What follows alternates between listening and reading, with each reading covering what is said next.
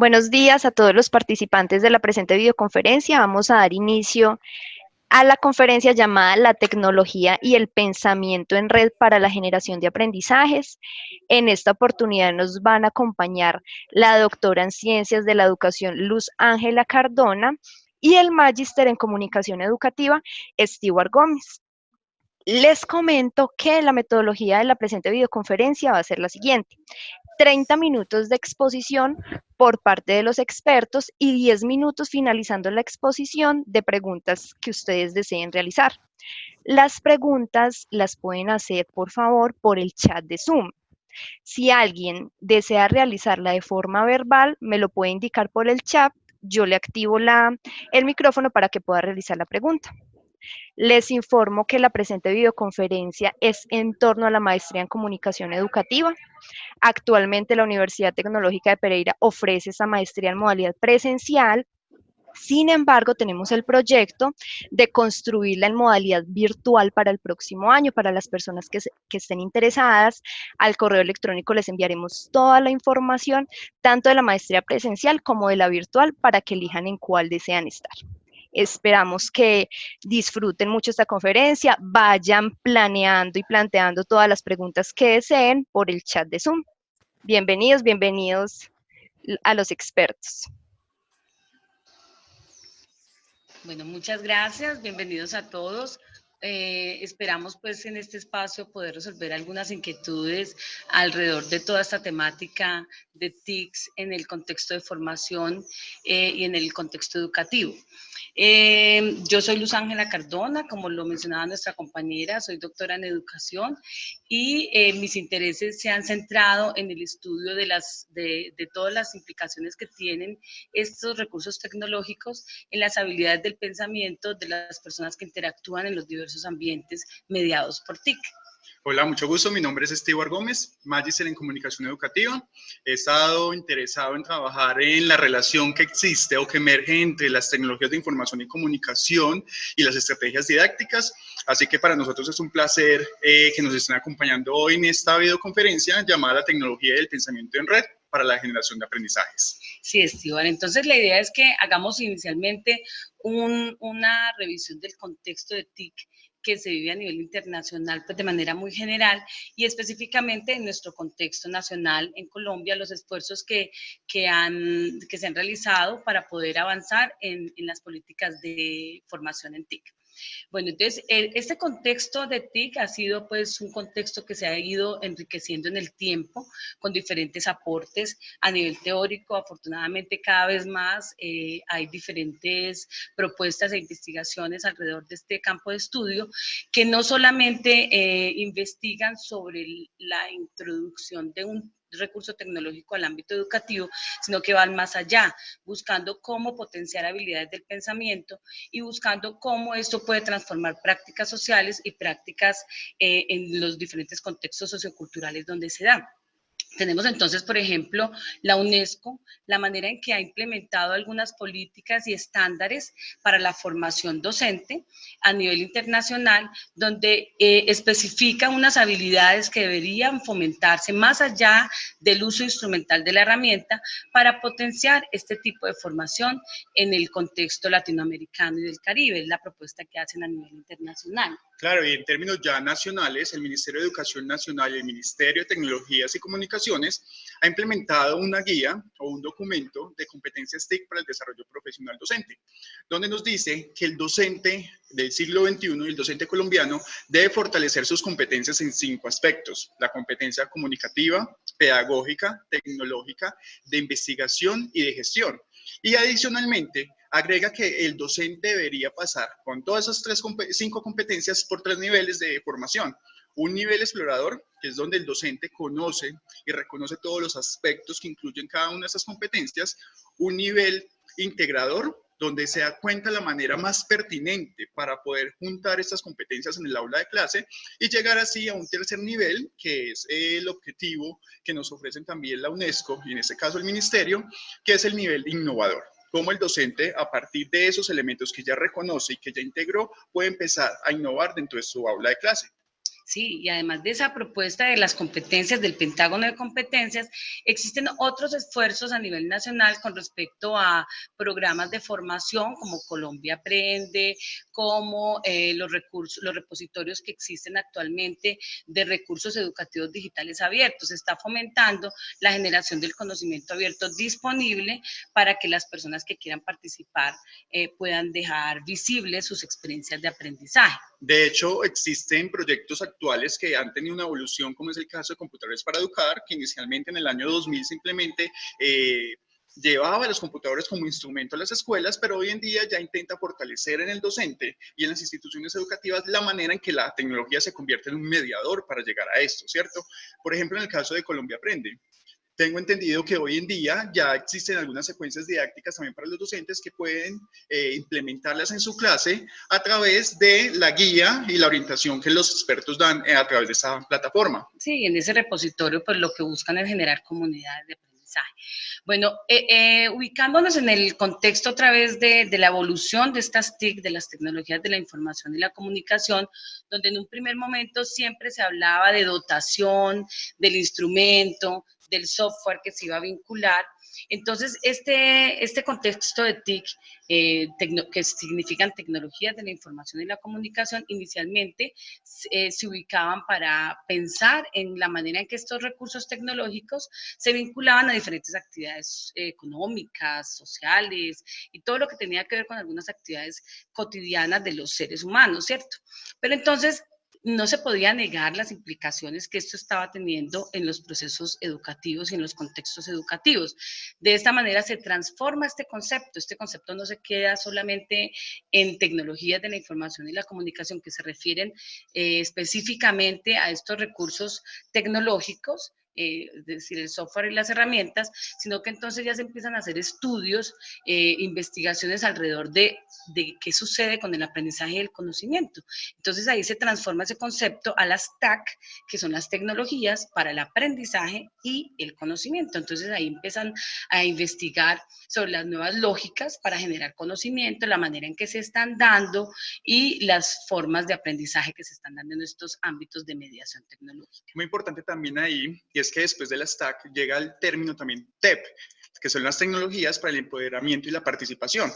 Importante tener en cuenta las modalidades que se vayan a implementar para poder entender de qué forma las tecnologías se van implementadas de manera pertinente con este tipo de espacios, porque acá, por ejemplo, es donde llegan los términos de comunidades virtuales de práctica, o las comunidades de práctica, mejor dicho, donde los estudiantes empiezan a interactuar entre todos ellos, ¿cierto? Y la tecnología acá se convierte en una mediación para poder lograr y fortalecer conocimientos a partir de metodologías de aprendizaje colaborativo, de aprendizaje cooperativo, y entre todos empiezan a construir esos mismos significados. Sí, esas TEP, por ejemplo, ya van a lo social, a toda esta tecnología social que se ha desarrollado para poder generar comunidades. Obviamente, entidades como gobiernos y como el área, las empresas, pues, le han sacado el provecho a este tipo de estrategias porque a partir de ellas pueden hacer manipulación de opinión, pueden generar comunidades, pueden encontrar perfiles de los usuarios que participan en estos espacios de participación.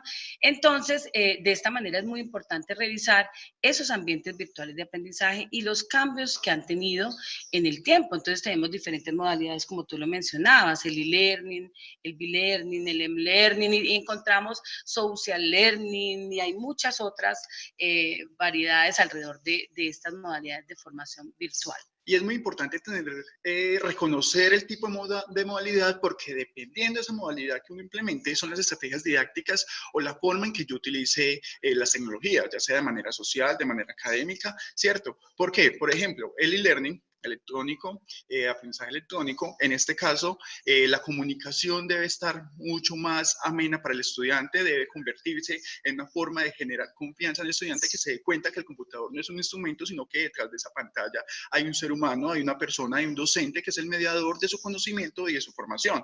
Sin embargo, cuando hablamos de blended learning, de ese aprendizaje mixto, donde se da la manera semipresencial, ¿cierto?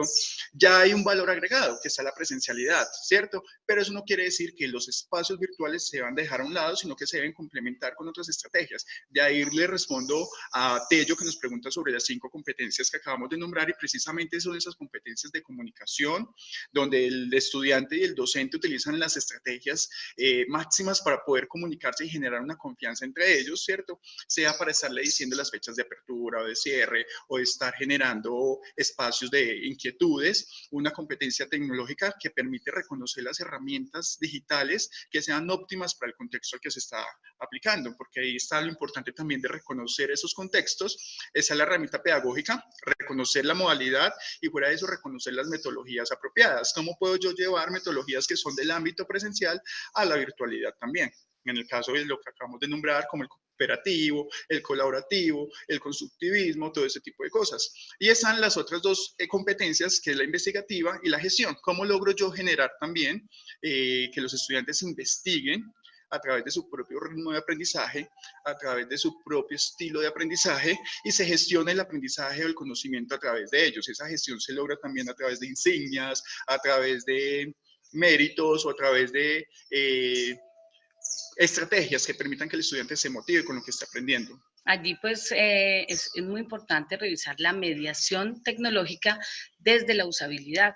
Cómo la usabilidad me da esos elementos y esos parámetros para yo pensar en vincular una mediación tecnológica, llámese software o un dispositivo, pero que cumpla unas funciones puntuales, es decir, no todas las herramientas nos sirven a todos, no todo el software que está disponible lo tengo que utilizar, se utiliza de acuerdo a las necesidades del contexto sociocultural al cual se vincula y pensando también qué aprendizajes quiero desarrollar, es decir, ya no es el número de herramientas que se manejen, porque ahí nos quedaríamos en ese momento instrumental, donde solamente hablamos del recurso como tal, sino pensar en el proceso sobre el cual quiero trabajar.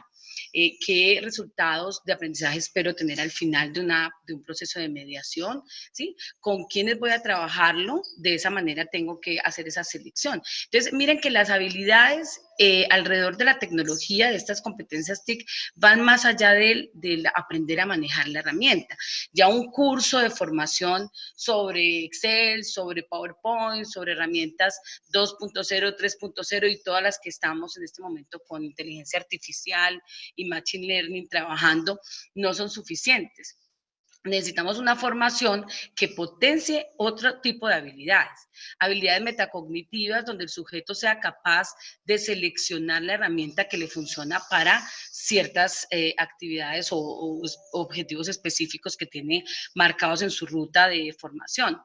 Tiene que ser capaz de seleccionarla, vincularla. Se supone que cuando usted selecciona una herramienta no puede ser una carga más. Se supone que usted la vincula para aliviar alguna tarea, ¿cierto? Mejorar una tarea o una práctica que actualmente hace de una forma, porque no tiene sentido vincular una herramienta tecnológica para seguir haciendo lo que hago de manera regular y cotidiana, ¿cierto? Tiene que mejorar, ayudarme a avanzar en mis procesos. Entonces, estas habilidades tienen que reconocer a un sujeto inmerso en ámbitos ricos en información y en tecnología, pero que él es capaz de movilizarse más allá de hacer tan visible la tecnología como tal, sino que sea capaz de movilizarse porque puede tomar decisiones, puede seleccionar, puede mejorar algunas prácticas que está haciendo y sus habilidades del pensamiento le van a ayudar a seleccionar información, saber qué información es falsa, pues que no tiene ninguna validez en el campo en el cual está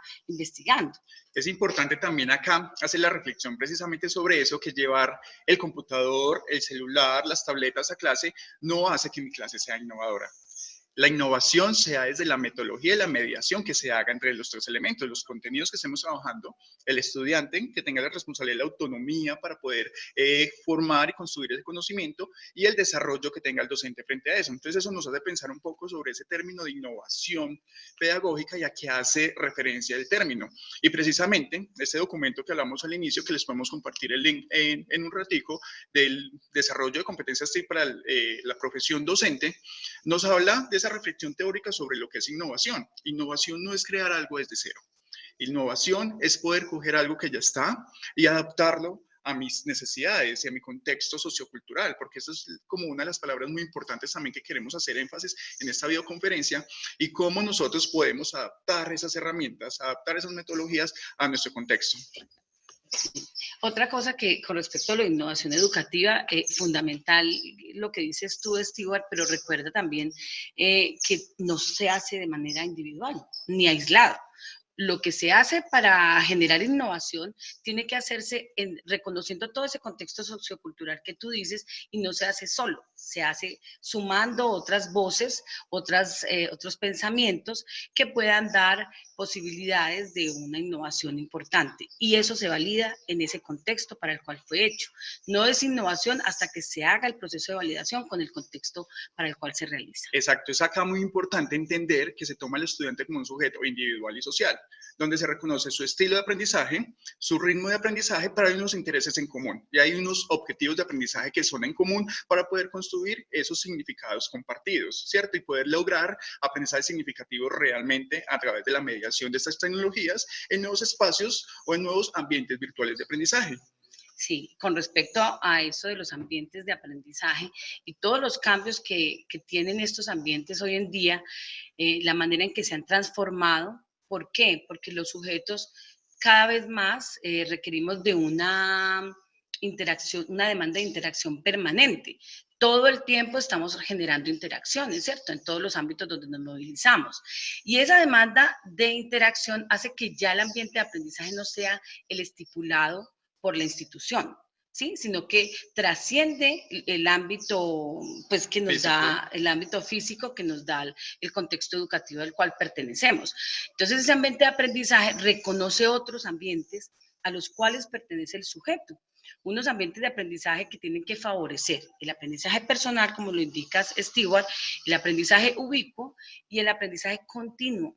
Entonces ya ese docente tiene que propiciar experiencias de aprendizaje, más allá del contenido, experiencias de aprendizaje que inviten a este sujeto a generar interacciones en todos estos ambientes, resolviendo un proyecto colectivo. Bueno, hay muchas posibilidades que se pueden generar allí, o sea que el esfuerzo del docente está en la experiencia, en el diseño de la situación y la experiencia, donde la mediación juega un rol importante para la comunicación y para la interacción que se da. Entonces el ambiente de aprendizaje toma una transformación importante, ya deja de ser ese espacio lugar a ser un espacio nodo de la red, ¿cierto? A la cual pertenecemos. Claro, es que es muy importante, como nos mencionan ahí en el chat, y es que esas necesidades surgen a través de la forma en que el docente conoce a sus estudiantes y reconoce cuáles son las necesidades. Entonces, ¿cómo volvemos un problema un factor positivo para el aula? Por ejemplo, si vemos que nuestros estudiantes están utilizando mucho los celulares, ¿de qué forma puedo utilizar el M-Learning o el Mobile Learning para crear estrategias que permitan ese pensamiento integrador en mis estudiantes? Por eso la importancia de reconocer las necesidades, luego la modalidad que sea más óptima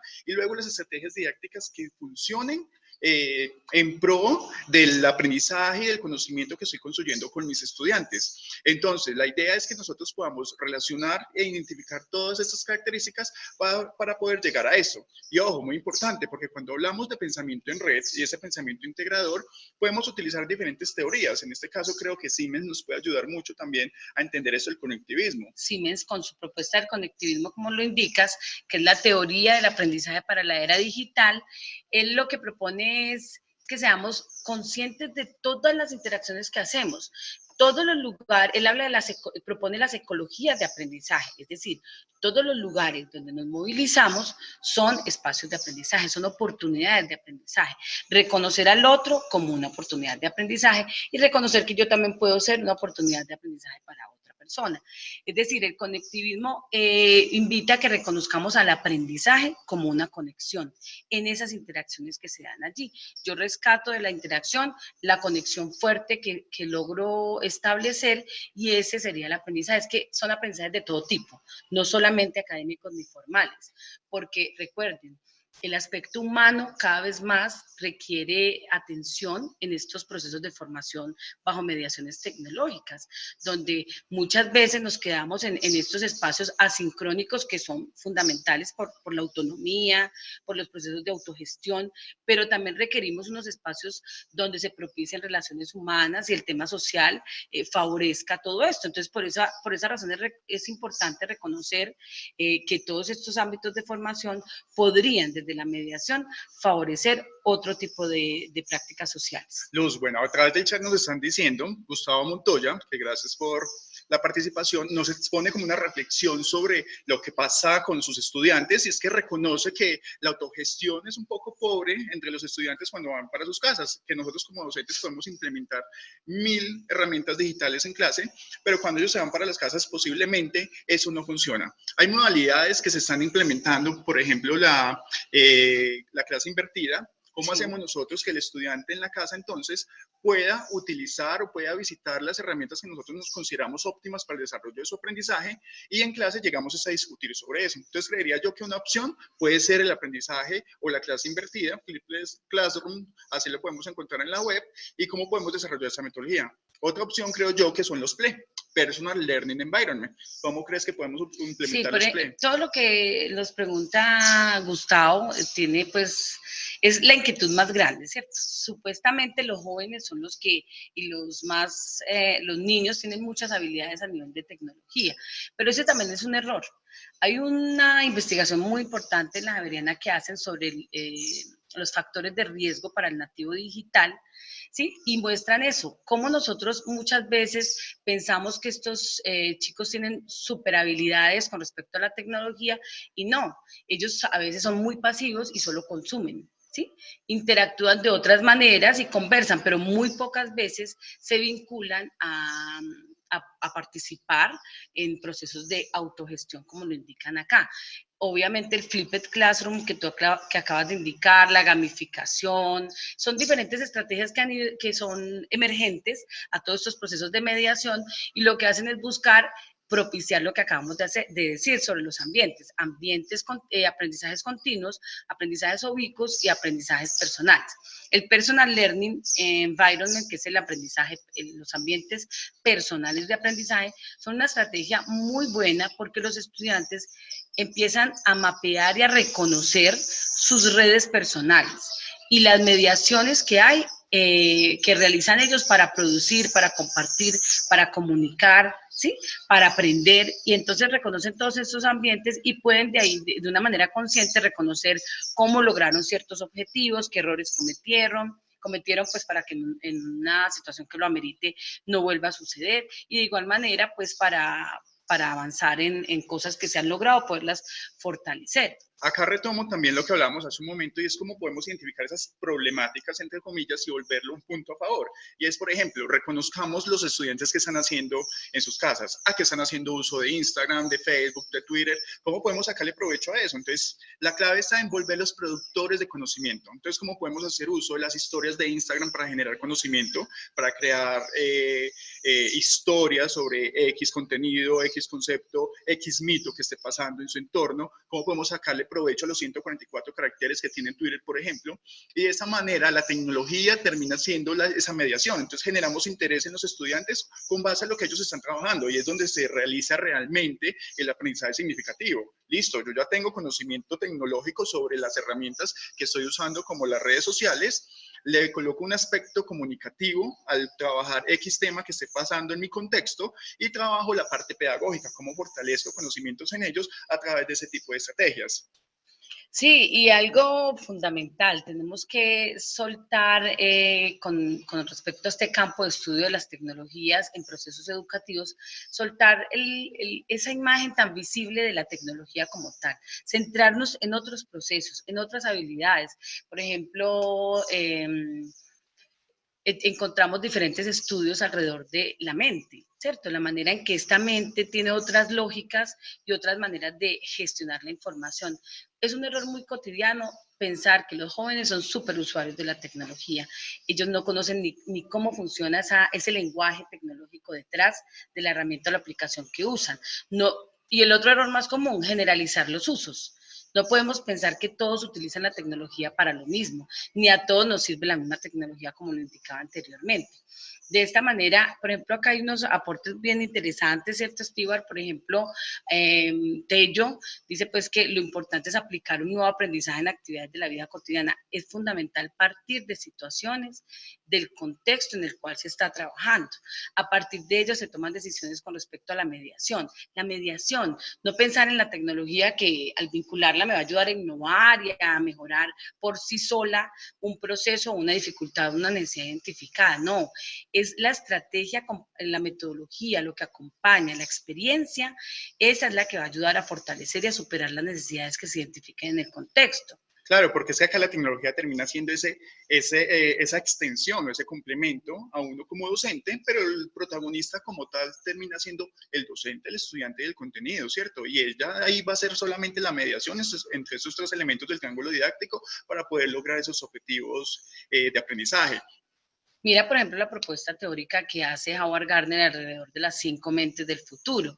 Él propone estas 5 mentes del futuro y reconoce a este sujeto que desde su disciplina y su formación puede ser creativo, puede ser autónomo, puede reconocer ese ámbito en el cual se moviliza, que está enriquecido a nivel de tecnología e información, y que por sí solo, por solo hecho de tener este dispositivo en nuestras manos, no va a tener ningún cambio, tiene que ir acompañado de otros elementos, unas habilidades intelectuales que le ayuden a resolver problemas de su contexto, del contexto al cual participa, ¿cierto? Unas habilidades del pensamiento que fortalezcan otras cosas, más allá de aprender una herramienta tecnológica. Claro, y es ahí cuando le sacamos provecho al aprendizaje ubicuo, por ejemplo, donde tenemos esa ubicuidad de todos esos elementos, por lo menos del aprendizaje móvil, y cómo el estudiante o el usuario puede estar sacando información y sacándole provecho a las tecnologías de manera académica. Todas estas reflexiones que están pasando en el chat, Luz, me hace pensar, o me hace preguntar más bien sobre, reconocemos que hace unos días salieron los resultados de las pruebas PISA, en las que a Colombia no le fue del todo bien, por ejemplo, pero ¿de qué manera podemos decir que el PLEN o el Personal Learning Environment puede ayudar a fortalecer esas competencias en los estudiantes, por ejemplo? Pues posiblemente puedan fortalecerlos desde la autonomía, la autogestión que dicen los compañeros que están participando, pero de todas maneras hay otros factores que no están bajo el control del sujeto, que son todo el tema cultural, el tema político, económico, que tenga en su contexto y que eso pueda limitar o no, o potenciar las prácticas que él realice y cómo podría avanzar. Otro tema que es fundamental y que no podemos desconocer es la manera en que el aprendizaje y el conocimiento no son centralizados. Están en todas partes, ¿cierto? El conocimiento ya es distribuido y el aprendizaje está distribuido en todos los ámbitos donde nos movilizamos. El conocimiento también, por ejemplo, desde Begoña Gross, leyendo algunas propuestas que ella hacía, dice que el conocimiento ya tiene tiempo de caducidad. Lo digo entre comillas. Cuando digo tiempo de caducidad no significa que lo que ya existe de conocimiento se desecha, no, sino que se transforma, respondiendo a las dinámicas actuales que se están viviendo, tiene que transformarse, no puede funcionar lo mismo que aprendimos hoy para 10 años. Funciona, eso que sí funciona es lo que fortalece a nivel de nuestras mentes, ¿sí? La manera en que somos capaces de visionar pues todas estas lógicas nuevas en las cuales estamos inmersos y que nos ayuden a ser capaces de diagramar, de sintetizar, ¿cierto? Otro tipo de habilidades como las que nos propone Howard Gardner con sus 5 mentes del futuro. Claro, es que acá, por ejemplo, si lo relacionamos con Ausubel, con el aprendizaje significativo, nos damos cuenta realmente cómo un conocimiento se convierte en significativo. Es cuando el estudiante se da cuenta que tiene sentido para implementarlo en su contexto real. Si el estudiante no encuentra ese sentido o esa relación de implementación con lo que está aprendiendo en esos nuevos conocimientos y en esa relación con los conocimientos previos, el aprendizaje pasa a ser a corto plazo, ¿cierto? Entonces, en ese caso, yo creería que podemos hablar ya de unas conclusiones de lo que pasó o de lo que hemos hablado, de esas reflexiones que se han dado a raíz de este tema, y es que primero nos damos cuenta que existen algunos proyectos del Ministerio de Educación Nacional y del Ministerio de Tecnologías y Comunicaciones que están apuntando hacia la formación docente, que está reconociendo al docente como protagonista en el proceso formativo de los estudiantes, que puede tener acompañamiento y un complemento en las tecnologías, de qué manera puede utilizar las tecnologías de manera social, de manera académica, ¿cierto? Y que se relacionen esos dos elementos siempre, teniendo presente el contexto al cual está está implementando estas propuestas de formación. Otra conclusión importante es que la demanda permanente de interacción en los sujetos nos permite reconocer nuevos ambientes de aprendizaje en red, formales e informales, es decir, aprender en red y para la red. Reconocer que el aprendizaje se da en la conexión, y esa conexión es el sentido que el sujeto le da a lo que está aprendiendo, en lo que está involucrado, ¿cierto? Encontrar sentidos, y el sentido se encuentra en la medida en que yo puedo establecer relaciones con experiencias personales, experiencias del contexto, y puedo allí empezar a vincular posibilidades para poder dar solución a situaciones reales. Claro, otra conclusión que me parece muy importante sobre el concepto de innovación que hablamos acá, y es que la innovación no se da desde la implementación de las tecnologías. La innovación se da en la forma en que implementamos y usamos esas tecnologías, ¿cierto? Muy importante, reconocer el contexto, reconocer la modalidad y ahí sí implementar. Recordemos que si retomamos los 3 niveles de las que habla el Ministerio TIC, está el explorador, el integrador y el innovador. La mayoría nos podemos quedar en el explorador y conocemos Facebook, conocemos Instagram, conocemos un millón de herramientas, pero no llegamos al integrador. Y es cómo puedo tomar esas herramientas para poder construir procesos de formación que sean pertinentes a lo que las necesidades del estudiante y las necesidades del siglo XXI están emergiendo. Sí, y otra cosa muy importante con respecto a la mediación. Esa mediación tecnológica debe favorecer la interacción, es una de las condiciones importantes para la selección, favorecer la interacción, y debe fomentar aprendizajes personales, ubicuos y aprendizajes continuos también.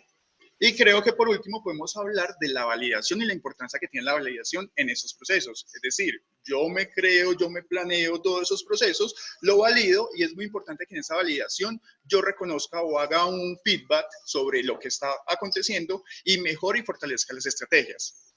Sí, aquí pues Gustavo hace unos aportes bien interesantes. Si quieres los tocamos ahorita o cerramos con la última. Pues la estrategia de los PLE nos ayudan a fortalecer el pensamiento en red, porque el sujeto es capaz de mapear sus rutas y las conexiones que favorecen sus aprendizajes. Bueno, Gustavo nos hace una reflexión sobre el reto que tiene el mundo laboral en estos momentos sobre el home office o el teletrabajo, ¿cierto? Precisamente, este tipo de tecnologías se pueden extender hacia el campo laboral. Hay que cambiar un poquito el chip y el pensamiento cultural que se viene sobre el trabajo desde la casa con este tipo de tecnologías, porque por lo regular en los campos laborales o el contexto laboral se piensa en la supervisión siempre del empleador, ¿cierto? Del empleado, de lo que está haciendo, pero en este caso es muy importante tener en cuenta el cumplimiento por objetivos, lo mismo que pasa en el campo académico. Nosotros tenemos unas competencias que cumplir con nuestros estudiantes. La idea es poder lograr esas competencias, ver que él las desarrolló, la fortaleció, y en el campo laboral la idea es que los jefes se den cuenta cuáles son las competencias y los objetivos que debe alcanzar su empleado para poder trabajar con este tipo de metodologías. Es importante esto que mencionas del teletrabajo, ¿cierto? Donde todos los sujetos pueden hacer sus trabajos desde cualquier lugar. El ambiente, el espacio, lugar no es importante, porque ya se reconoce como un espacio nodo. Estas tecnologías pueden transformar esta práctica laboral, y actualmente en Colombia ya se han estado implementando, donde no es necesario cumplir unas horas, sino cumplir unas metas, unos objetivos. Usted gestiona la manera en que lo presenta y el tiempo que se va a tomar para ejecutarlo.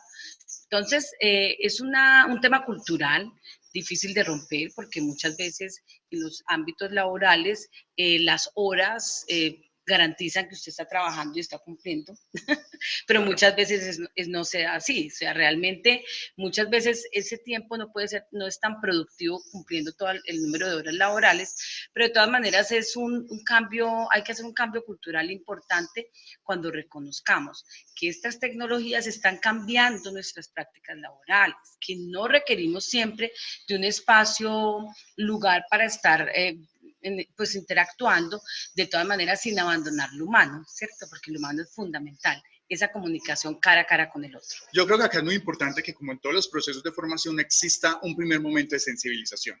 Y en ese primer momento de sensibilización se debe formar tanto a jefes como empleados, de la manera en que ambos puedan lograr sus intereses, ¿cierto? Porque ya estamos hablando de calidad de vida, de calidad de trabajo, de muchas cosas, de muchos elementos que están influyendo. Pero primero debemos sensibilizar, hacer conciencia sobre los elementos que se pueden trabajar de esta manera para poder alcanzar ese tipo de transformaciones laborales y sociales en la sociedad hoy en día. Y por eso tan importante, y hacemos énfasis en repetirlo, en generar habilidades que permitan a los sujetos hacer esa autogestión. Es que no es fácil decir que yo de manera autónoma voy a resolver todas estas tareas que tengo pendientes, sino que tengo que tener esa habilidad de la autonomía, de ser capaz de organizar, de planear, de ser disciplinado, de mapear mis rutas, de diagramar, es decir, tener unas habilidades que me ayuden a avanzar en ese tipo de tareas, donde yo no requiera de la presencialidad ni de la vigilancia, como indica acá el compañero Gustavo. La vigilancia muchas veces es como el respaldo al cumplimiento, pues en nuestro ámbito cultural, pero actualmente se está transformando y en muchos países ya es muy común que, por ejemplo, por el invierno no pueden asistir, entonces pueden trabajar desde sus casas, pero en nuestro ámbito cultural también se está dando bastante porque creo que las empresas que lo han comprendido hasta se favorece porque económicamente no tienen que tener una locación tan amplia para tener sus empleados. Claro, y toda esta discusión nos lleva a esa última conclusión que precisamente se hace sobre la mediación tecnológica y la importancia que tiene ella sobre los factores identificados en el contexto sociocultural, ¿cierto? Entonces la sociedad va avanzando, va evolucionando y en ese mismo modo la tecnología también lo va haciendo, pero ¿de qué manera lo vamos a relacionar? No lo podemos mirar de forma fragmentada, hay que mirar la manera que se puedan vincular ambas para poder lograr objetivos claros y concretos que nos lleven hacia la amistad entre estos dos elementos, ¿cierto? La invitación entonces es no, por ejemplo, invitaciones a hacer investigaciones que no se queden en esas preguntas comparativas, por ejemplo, que si Twitter funciona mejor que la clase tradicional. Son preguntas que no dan a lugar porque pues son cosas que no se pueden comparar, tienen lógicas totalmente diferentes. Ahí es que pensar qué tecnología vinculo, para qué lo quiero hacer, con quiénes lo quiero hacer, con qué metodologías y en función a eso tomar decisiones con respecto a la mediación tecnológica. Entonces, la invitación es hacernos preguntas que vayan más hacia los procesos, ¿sí?, que hacia lo que tiene que ver con el recurso tan visible de la tecnología, que ya estamos inmersos en ellos. Ahora lo que necesitamos es cómo potencio yo mis habilidades del pensamiento para no quedar rezagado con todos esos avances tecnológicos que se están dando. Así que si tienen alguna pregunta la pueden ir haciendo en esos momentos para ir dando conclusiones al respecto, porque eso nos lleva también a pensar en los retos que tenemos como docentes hoy en día. Y es que precisamente nosotros debemos ser quien haga conciencia con los estudiantes sobre el uso de estas tecnologías, ¿cierto? ¿Y cómo lo logramos? No solamente diciéndolo, es haciéndolo y pasando de un nivel a otro, pasando del nivel explorador al nivel integrador y poder llegar a niveles innovadores, ¿cierto? Y como lo dice Luz, la idea es también llegar a esa socialización de lo que estamos haciendo, ¿cierto? Conocer las investigaciones que están haciendo, hacer investigaciones y mostrar esas investigaciones en el contexto al que yo estoy trabajando, para que el pensamiento, por lo menos cultural y social, pueda tener ciertas transformaciones que sean reconocidas y que emerjan a través de ese tipo de implementaciones y procesos. Sí, entonces no sé si tengan otra pregunta final. Muchas gracias a los que han estado opinando, a Tello y a Gustavo, que han sido muy juiciosos. Muy activos participando, sí, con la reflexión que han hecho. Bueno, como dicen los profes, estamos esperando entonces, podemos esperar 2 minuticos para las personas que deseen realizar las preguntas, tanto por el chat de Zoom como de forma oral. Entonces vamos a esperar 2 minuticos si alguien más quiere intervenir, por favor. ¿Listo?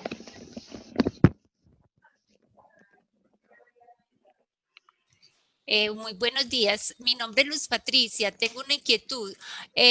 Si entendí bien la conferencia, hablamos más como desde, no sé, la media, la básica.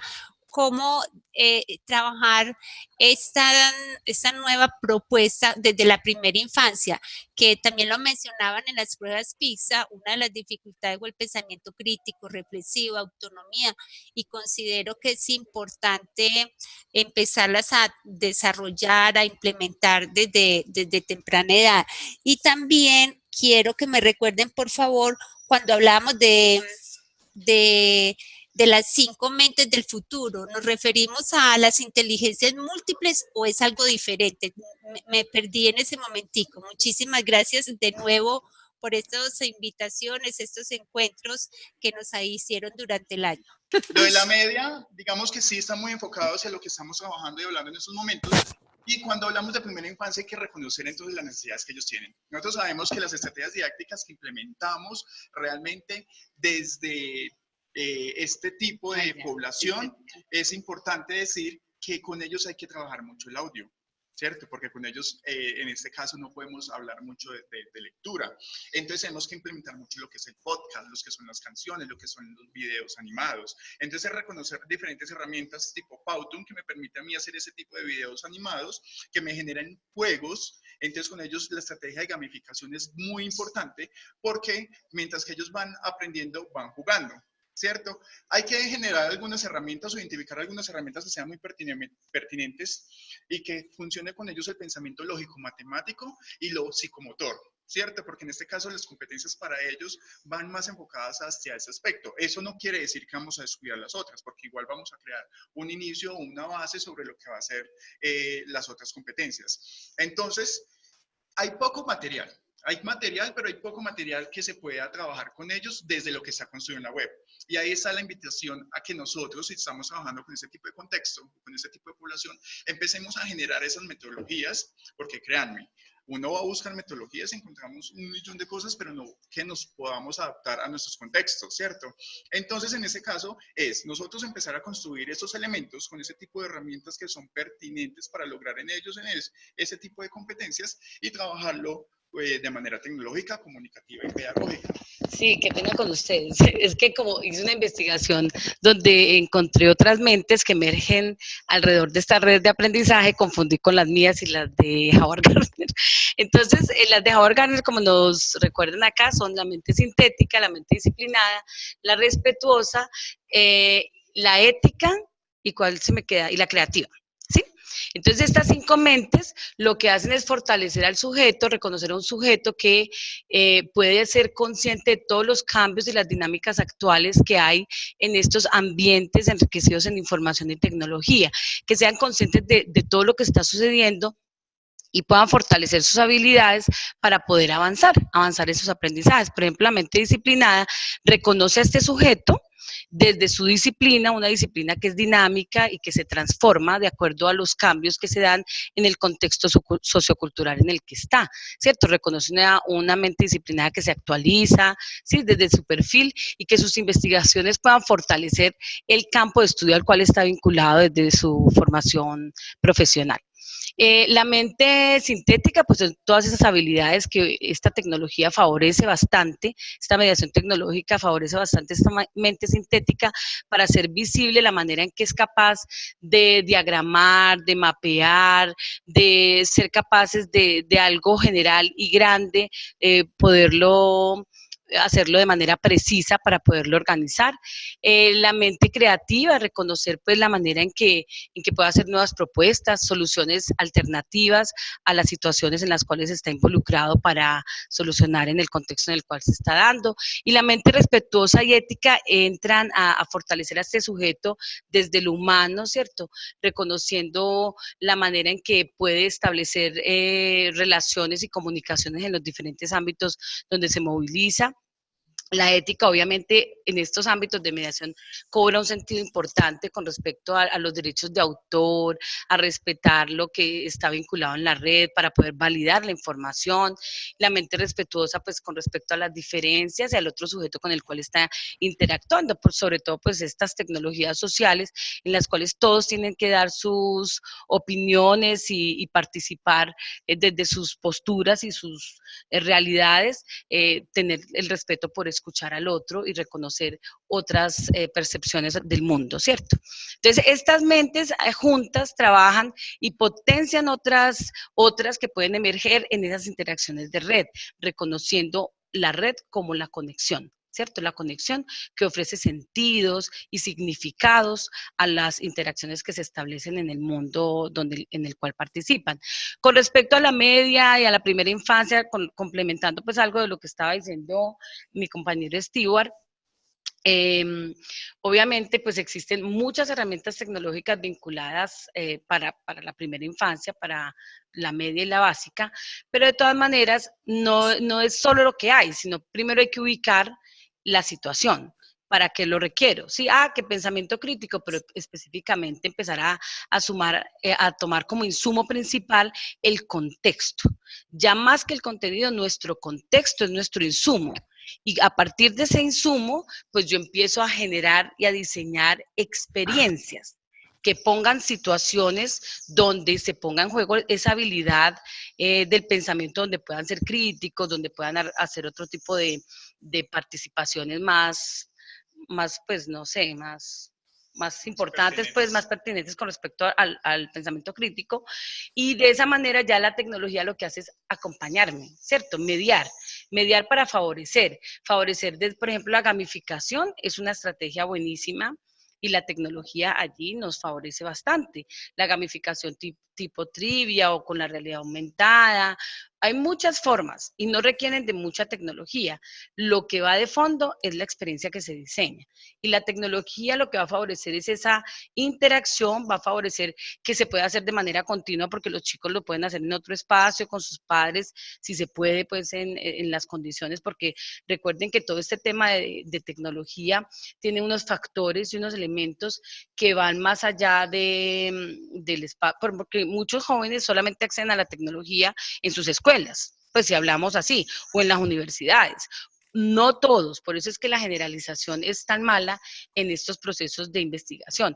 No todos tienen el mismo nivel de acceso, ¿sí? Y a veces no solamente la brecha se da desde el dispositivo y la brecha desde la herramienta tecnológica, sino también desde la manera en que yo accedo a la información y la manera en que yo transformo esa información en un conocimiento útil para lo que estoy desempeñando. Por ejemplo, acá mismo la mente empieza a jugar y es una estrategia con realidad aumentada, precisamente donde los niños empiecen a interactuar con ese conocimiento de esa manera. Sería excelente reconocer también, por ejemplo, que los niños entre más pequeños tienen más afinidad con las tabletas que con los computadores. Entonces, la relación que existe entre el sonido y las imágenes que ellos están viendo a través de este uso de tecnologías que son pertinentes y apropiadas para ellos puede generar o hacer mucho más efectivo el aprendizaje que estamos trabajando. Aquí también la invitación es a conocer los contenidos que tiene Colombia Aprende, precisamente porque maneja para todo tipo de grados también y nos da algunas secuencias didácticas básicas, porque hay que profundizarlas realmente, pero por lo menos nos dicen qué tipo de herramientas o de qué forma podemos utilizar estas herramientas en cada uno de los grados escolares que existen en Colombia, ¿cierto? Entonces es bien interesante. Creería yo que con esto podemos ir dando cierre a esta videoconferencia, agradecerles a todos por su asistencia. No sé si de pronto les damos algunos nombres de algunas herramientas que pudieran utilizar, ¿cierto? Sí, Entonces yo creería que para gamificación, pues hay una que es muy conocida, que yo creo que la mayoría de aquí la ha utilizado en algún momento, se llama Kahoot. Kahoot, que tú lo único que necesitas es un proyector y puedes poner a los niños chiquiticos y pones la imagen y ellos seleccionan una imagen posible a una respuesta que tú das y entre todos la analizan. Lo rico de la gamificación es que no se queda en el cuestionario te envío y tú respondes, sino que es un tipo de ejercicio de aprendizaje donde se puede hacer conversación, discusión, reflexión alrededor de lo que sucedió. Ay, ¿por qué todos respondieron, supongamos que el agua, tal cosa? Entonces, analicemos por qué, porque tú lo piensas y allí empezamos como a argumentar y a hacer otro tipo de ejercicios. Aquí lo interesante es que Kahoot se puede utilizar para evaluar conocimientos previos, evaluar la adquisición o apropiación que tiene sobre X conocimiento Y nos da a nosotros un plus, y es que si queremos control, entre comillas, de un grupo, por ejemplo, nosotros pasamos a tener control de las pantallas que tienen los estudiantes, sea el celular o sea el computador. Entonces yo como docente decido en qué momento voy a pasar a la siguiente pregunta, en qué momento me freno y empiezo a hacer retroalimentación de lo que está sucediendo. Entonces es muy buena herramienta para trabajar con ellos. En ese mismo orden podemos trabajar con EducaPlay, por ejemplo, que tiene varias actividades, y yo como docente también puedo crear actividades o utilizo las que ya están creadas. Hay una que yo en estos momentos amo mucho y que la utilizo demasiado, y es Geniali, porque Geniali me permite también utilizar varias plantillas para hacer evaluación de conocimientos, apropiación de conocimientos, adicional que puedo crear todo tipo de presentaciones interactivas, infografías interactivas, crear todo tipo de espacios, y adicionalmente pues hago uso de todas esas herramientas de gamificación, que de hecho la categoría se llama así. Y también, por ejemplo, existen unas de realidad aumentada donde tú no requieres tampoco que todos tengan tecnología, sino tú tienes tu celular y ya, y unos marcadores que son pues como unos códigos QR que le entregas a cada niño o cada participante, porque esto se puede hacer a nivel de empresa, a nivel de contexto educativo, como lo quieran realizar, y se ponen pues unas preguntas para hacer unas reflexiones, y simplemente se hace la lectura del código y se hace pues el análisis de esas respuestas. Importante con la gamificación es que no solo se queda en la experiencia que se realiza, sino que además tú tienes acceso al Learning Analytics, que son todos los datos y la información que puedes recolectar al final para hacer una investigación, para hacer un análisis más juicioso con respecto a los datos. No se te quedan volando, claro. Quedas con una información valiosísima para hacer otro tipo de análisis. Por ejemplo, Kahoot permite eso, que al final nos deja descargar un archivo en Excel donde aparece cuáles son los estudiantes que entraron, en qué momento respondieron, qué respondieron, y nos va mostrando el puntaje y nos va puntuando pues lo que obtuvo cada uno de ellos, ¿cierto? Muy importante también en este caso la representación de información a través de gráficas, las infografías, que ahí tenemos a Pictochart, tenemos a Canva, los cómics, bueno, hay muchas herramientas para niños disponibles que se pueden hacer no solamente con el computador, ellos lo pueden hacer de manera manual. Por eso les decíamos, esas 5 mentes que se tienen que estar fortaleciendo y potenciando, ya pues la mente disciplinada reconoce un sujeto que pasó por una formación, por una educación formal, pero ya desde los niños esas otras mentes que se pueden fortalecer y pueden generar en ellos otro tipo de habilidades para ser más creativos, ¿sí? Para tener capacidad de síntesis y obviamente ese respeto y esa ética que pueden generar en una convivencia en el ámbito escolar. Es relevante también decir que en este caso el docente no tiene que ser experto en todo lo que está haciendo, sino que solamente debe reconocer este tipo de plataformas, ¿cierto? No debe ser experto a la hora de irlas a llevar. ¿Por qué? Porque a veces nos da como docente, nos da miedo llevar una plataforma que no conozcamos del todo, pero créanme que son demasiado intuitivas, el estudiante también las explora de manera intuitiva y logran hacer productos que a veces nos sorprenden a nosotros mismos, ¿cierto? Entonces dejar ese miedo a un lado, la podemos explorar, conocer lo básico, y créanme que en el día a día, en el desarrollo que vayamos haciendo de estas propuestas, nos vamos a sorprender demasiado. Sí, es que recuerden que no, lo importante, imagínense, aquí hemos dado algunas herramientas, pero existen miles y miles y cada vez salen más y son libres porque lo que están tratando de fortalecer es ese conocimiento abierto y la generación de comunidades y que todo lo que tú desarrollas queda disponible en la red para otros. Por eso hay que ser tan respetuosos y tan responsables a la hora de generar conocimiento. Entonces, y a la hora de publicar cosas, ¿cierto? Porque tenemos YouTube, podemos montar lo que queramos en cualquier momento, pero ahí es donde están estas otras lógicas que nos hacen conscientes de la responsabilidad que tenemos de lo que publicamos en nuestras redes sociales, porque otros la pueden utilizar. Bueno, creería yo que si tienen otra pregunta nos lo hagan saber, nos levanten la manito, nos digan algo. De pronto Luz ya... Sí, sí, muchísimas gracias. Con mucho gusto. No sé si esto es abusar de ustedes, pero de pronto en el transcurso de la semana o en el próximo año nos mandan como esos links que le puedan a uno servir para profundizar un poquito más sobre el tema. Claro que sí. Compartiremos de pronto un documento con las herramientas, con algunas, pues como les digo, hay Sí. una gama impresionante de herramientas, son intuitivas como lo que dice el compañero. Nosotros siempre nos enfocamos en utilizar herramientas libres, herramientas de fácil acceso, ¿sí? Que no tengan ningún problema con respecto a licencias y que tú puedas acceder a ellas solo con tu correo electrónico desde cualquier lugar y cualquier momento. Alguna de ellas, de hecho, pues si uno desea trabajarlas de manera más profesional, cobran, pero nosotros trabajamos desde lo básico, entendiendo también las necesidades de los estudiantes, obviamente, y creo pues que los datos de ustedes ya están en estos momentos en la base de datos y podemos compartir información a través de los correos electrónicos. Entonces, muchísimas gracias por acompañarnos a esta videoconferencia llamada La Tecnología y el Pensamiento en Red para la Generación de Aprendizajes.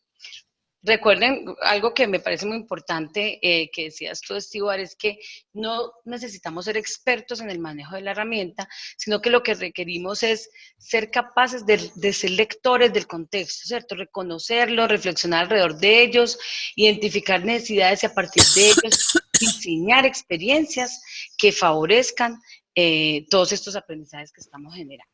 Listo, muchísimas gracias a todos, que estén muy bien. Gracias, chao.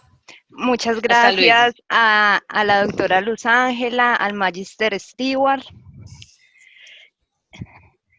Gracias a todos también por participar en la presente videoconferencia. Les recuerdo que este ciclo de conferencias se va a continuar realizando el próximo año. Para informarles tanto de la maestría presencial en comunicación educativa como el proyecto que se va a llevar a cabo de virtualizar la maestría. Muchas gracias a todos por la participación. Que estén bien, hasta luego. Adiós, Gustavo, adiós a todos, Luz y todos los que participaron. Muchas gracias. Chao.